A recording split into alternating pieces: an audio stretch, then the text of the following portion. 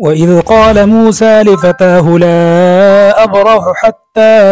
أبلغ مجمع البحرين أو أمضي حقبا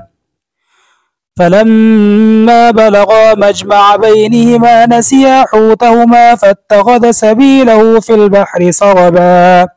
فلما جاوزا قال لفتاه آتنا غداءنا لقد لقينا من سفرنا هذا نصبا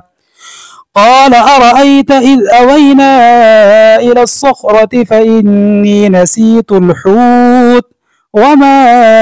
أنسانيه إلا الشيطان أن أذكره واتخذ سبيله في البحر عجبا قال ذلك ما كنا نبغي فارتد على آثارهما قصصا فوجدا عبدا من عبادنا آتيناه رحمة من عندنا وعلمناه من لدنا علما قال له موسى هل أتبعك على أن تعلمني مما علمت رشدا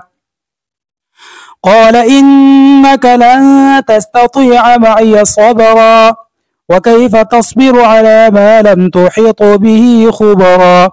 قال ستجدني إن شاء الله صابرا ولا أعصي لك أمرا قال فإن اتبعتني فلا تسألني عن شيء حتى أحدث لك منه ذكرا.